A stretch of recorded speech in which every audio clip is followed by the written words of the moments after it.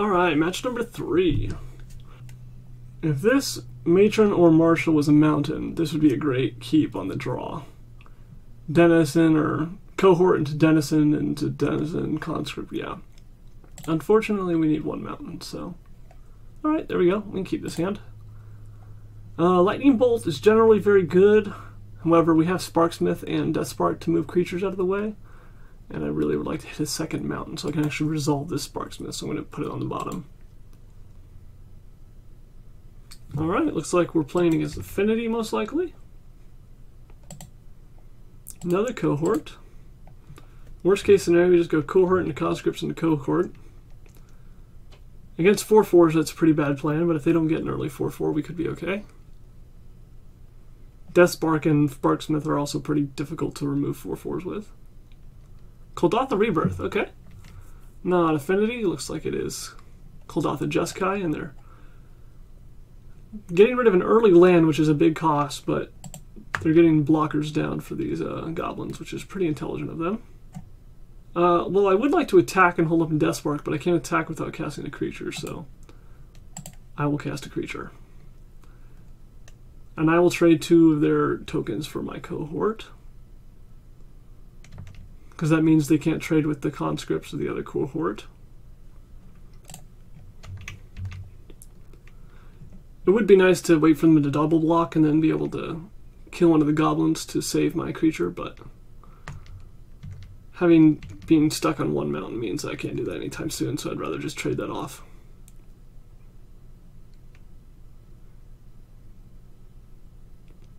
Ichor Wellspring, okay. Hopefully that doesn't mean another Kuldotha Rebirth is coming, because that would be very annoying to deal with.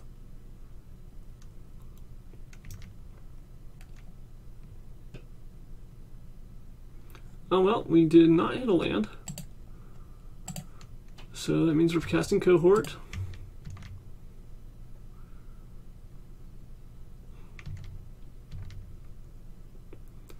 If we don't hit a land next turn, we also can't attack with these. I guess like we could hit a creature.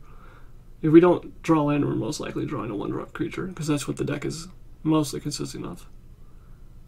But if we draw neither of those, then we can't resolve Sparksmith, and we can't attack, which means we can just Death Spark a Goblin, and that's it. Angelic Purge, probably hitting our land?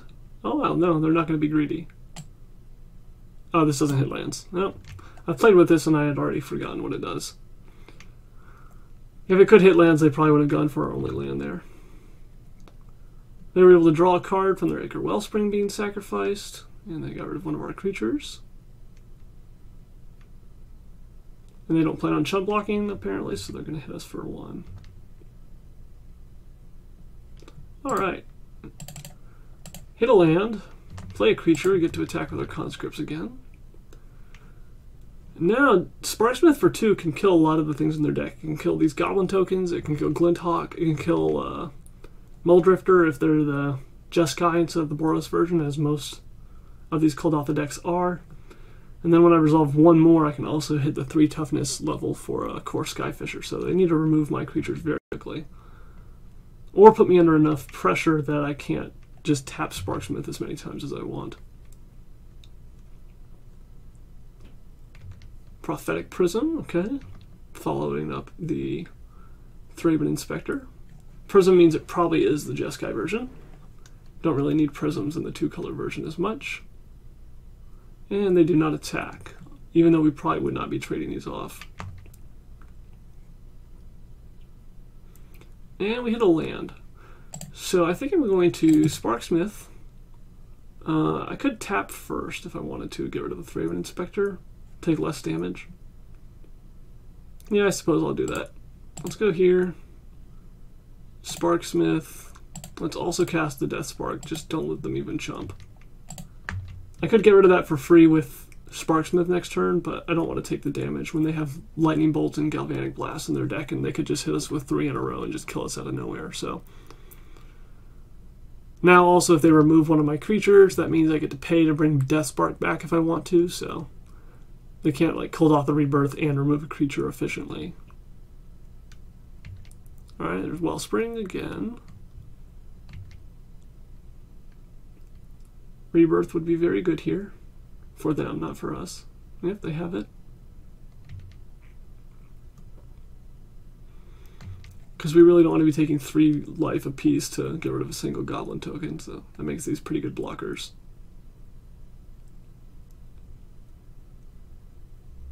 Oh, and second one.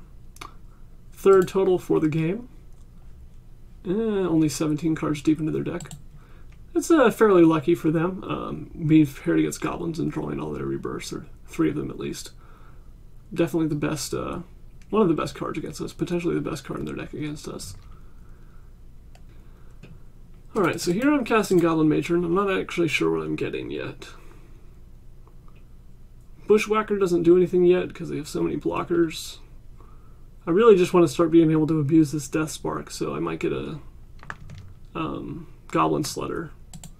So I can sacrifice 1 creature a turn to keep on getting back the Death Spark.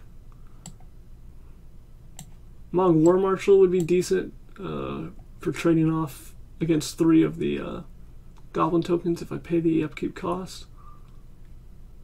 Intimidator and Initiate doesn't really do that much. I think I'll just go with Mog War Marshal. It does make my Sparksmiths even worse by putting even more Goblins onto the battlefield. Also, I didn't even think about this before until just now, luckily. I'm thinking about it. This Sparksmith counts all the Goblins on the battlefield, which I did know, but that counts all of these. So if I were to tap it right now, I would deal 10 damage to my face. So obviously I can never activate these again. I mean, I probably should have attacked here and just traded them off for Goblins, but if they trade off like 2 Goblins here for this one, then that's 3 less Goblins on the battlefield, and I could conceivably one day attack with, or tap these. They're also fine blockers here if they think they're going to race us. Prophetic Prism.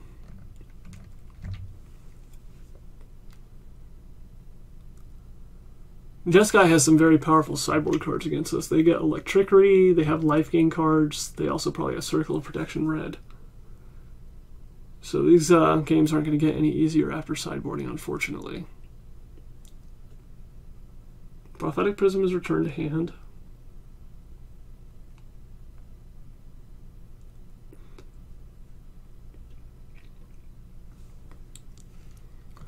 Well, I'm definitely blocking at least like this. I could potentially take 3 and leave 5 Goblins on the battlefield. Go down to 13, and then if I tap to kill this, I go down to 8. And then I play Mog War Marshal and have plenty of blockers for the rest of the stuff, but then I die to 2 Galvanic Blasts. I think I should just block here again.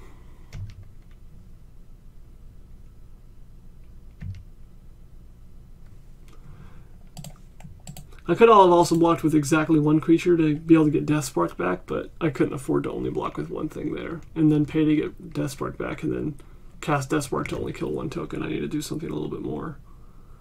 Why is this triggering? Oh, okay.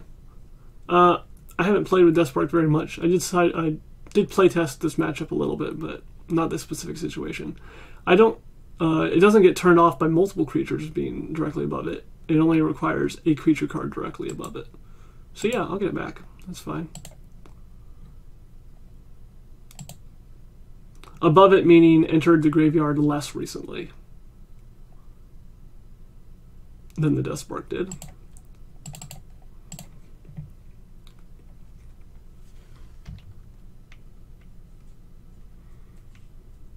I could attack with the conscripts here, and then if they block with Skyfisher, Death Spark a Goblin, so I could get the Death Spark back again. But the conscripts is a decent blocker here if they want to be aggressive, and I don't want to just throw that away just to get the Death Spark back, so I don't think I'm going to. I would like to draw some burn and figure out some way to Fire Blast the face, burn the face, maybe Death Spark the face, and steal a win somehow, if I can.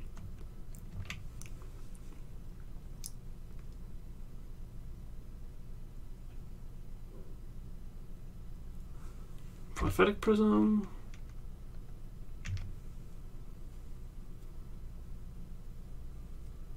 Thraven Inspector. Do not like seeing that. Very good blocker against Goblins. And another Skyfisher.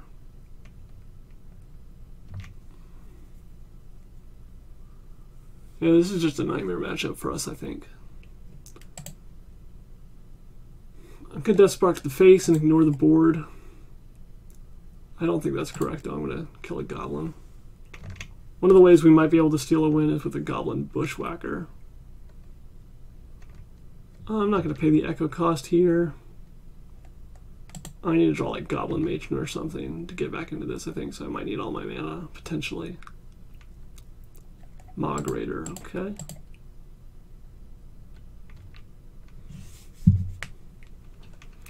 I'm going to attack here. Since I have the Mog Raider, they might be afraid to block, since I can pump it up. They might feed me a core Skyfisher by me just sacrificing a Goblin to this, so I'm going to try it. With this single mountain up and them having drawn so many cards, and not having had a good opportunity to use a burn spell yet, they most likely have a Lightning Bolt and or Galvanic Blast in hand. But apparently not, since that's how they blocked just now.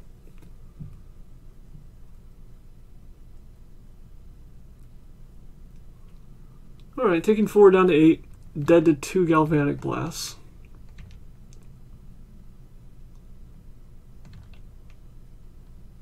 Prophetic Prism gets cast for the 3rd or 4th time. And Kuldotha Rebirth, the 4th one. All in the top 23 cards of their deck. Very nice for them.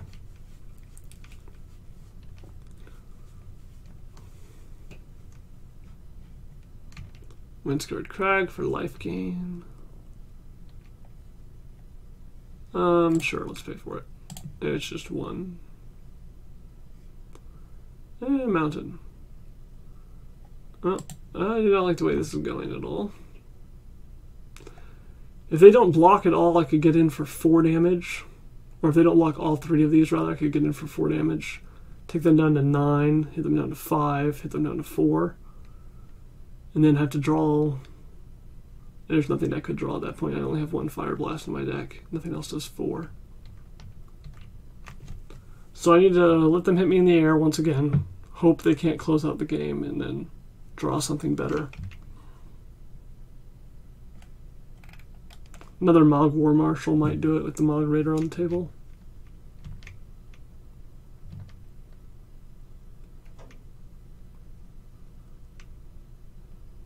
Firebolt to face, flashback Firebolt to face, and we die. Okay, well, can't beat all those Goblin tokens. Let's see if we can sideboard. So we have a lot of really good options here. Not quite raise, but everything else is under consideration. Power Blast is a little bit of a pipe dream. If they tap out for Mold Drifter, that's pretty good for us generally. They're playing 5 mana just to get 1 blocker into play. Gorilla Shaman to take out their artifact lands is very good.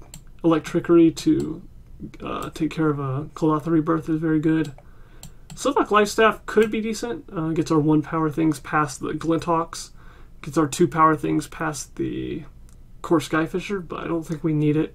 The life gain is nice for racing, but I think it's a little bit too slow in a matchup where they could be bringing in Circle of Protection Red, and we need to win as quickly as possible. Smash is another potential against Prophetic Prism and against lands. They don't have that many artifacts, though, that I also want to smash. I think I'll just stick with the Shamans and the Electrickery. Because of Kuldotha Rebirth making Sparksmith such a big liability, I think I'm going to cut them out. Additionally, them having Burn makes taking damage from the Sparksmith pretty scary. I can cut a Death Spark since Electrickery just does a better job of it, and it's not really that efficient at taking out the Goblins from a Kuldotha Rebirth since it only kills 1 of them. And I'll also cut 1 Intimidator Initiate, which is also bad against Kuldotha Rebirth since we can only force 1 thing not to block. And we will submit. Alright, on the play in game 2. And we have a Gorilla Shaman and a decent curve, so we're going to keep. Hopefully our opponent just leads off with an artifact land turn 1. And then we get to go Shaman, pay 1 to blow up that land, and then they can't play artifact lands until they draw removal. Alright, Kabira, that's not an artifact land. Ooh, and now I get to expose one of the shamans to removal since I have a backup shaman. It's pretty decent. I could also save it for triggering the cohort later, but I'd rather make them waste removal on one of the shamans and just play to my curve better here. Now if they have an artifact land and no removal for shaman, I'm not sure what they can do. Alright, there's a secluded step. Probably a Thraben Inspector coming here, if anything. No, they don't have anything. Alright, well, I would love to play the other Gorilla Shaman here. Gets me an additional 3 damage this turn. However, they play Electrickery in their sideboard, and I would just automatically lose if they untap, play a red source, and Electrickery. Even if it's an artifact land and I get to blow it up in response, I would still get hit with the Electrickery and lose 3 of my creatures, which would be horrible. So I'll just leave open Gorilla Shaman and Lightning Bolt this turn.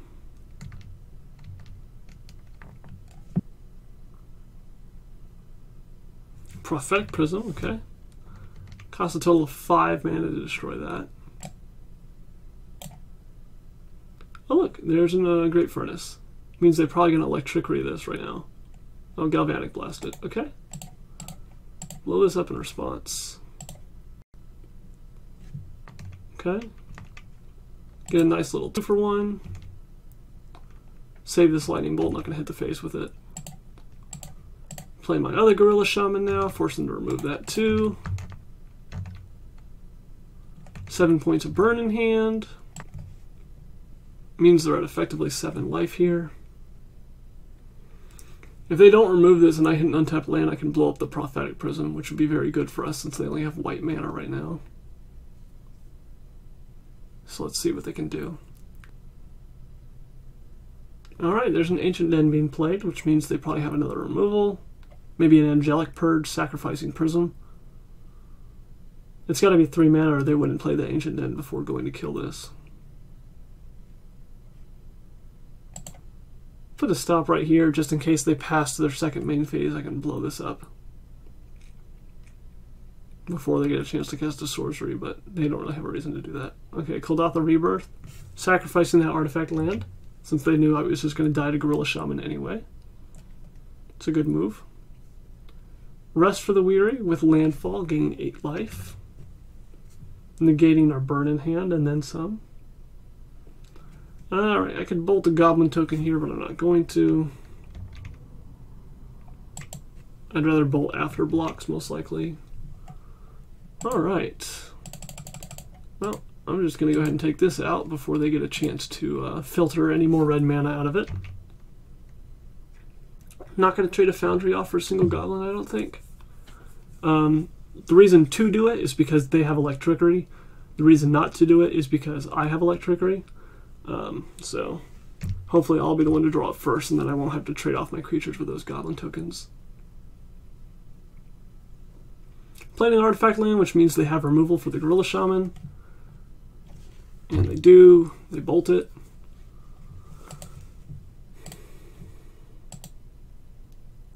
And they also play a Prophetic Prism, okay?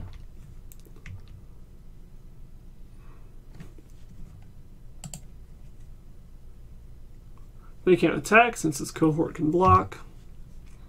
And we drew another land, which is supremely awful. You never want to be hitting your 6 land drop on turn 6 in this deck. And it's kind of mitigated by the fact that we drew 2 great sideboard cards. However, 6 lands is still highly unrealistic. We play 18 lands, so we should get to 6 lands when we're 20 cards through our deck, not 12 cards through our deck.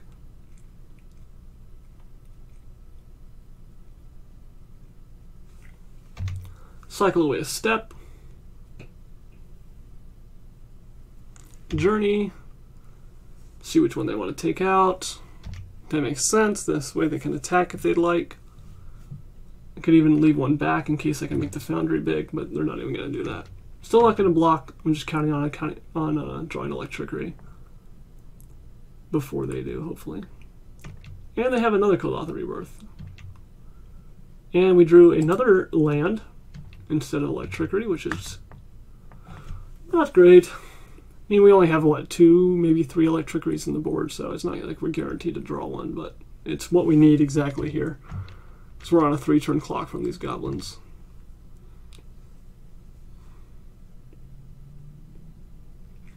Core Skyfisher, pick up Kabira, gain another 2 life, presumably.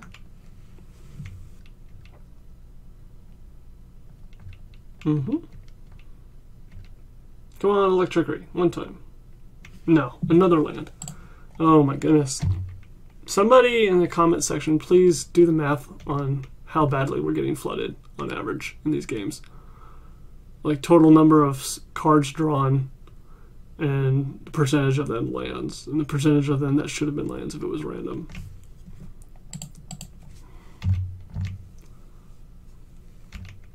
Go ahead and do this to stay out of Lightning Bolt range, though I'm still in Galvanic Blast range. Although I guess they don't have Metalcraft just yet. Log War Marshal plus Lightning Bolt this still takes me down to 1. I guess I could have Lightning Bolted the Core Skyfisher last turn, but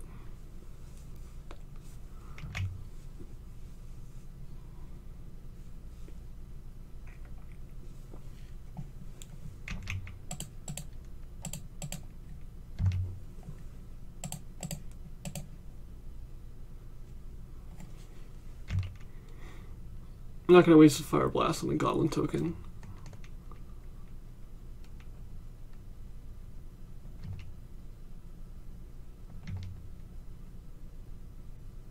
Another Windscarred Crag takes them up to a cool 25. Goblin Slutter. Okay. Well, we're going to have to Fire Blast a token. And then as soon as they draw a Lightning Bolt or a Galvanic Blast, we're dead. So this game is effectively over. Well, as you saw, Goblin Gorilla Shaman is a very, very good card. If we had drawn the third one shortly after the second one died, we could have gotten rid of 2 Great Furnaces. And they have Electrickery. And done very well. They did work even as it was. They forced removal. But unfortunately, we just drew too many lands. And that's it for match 3.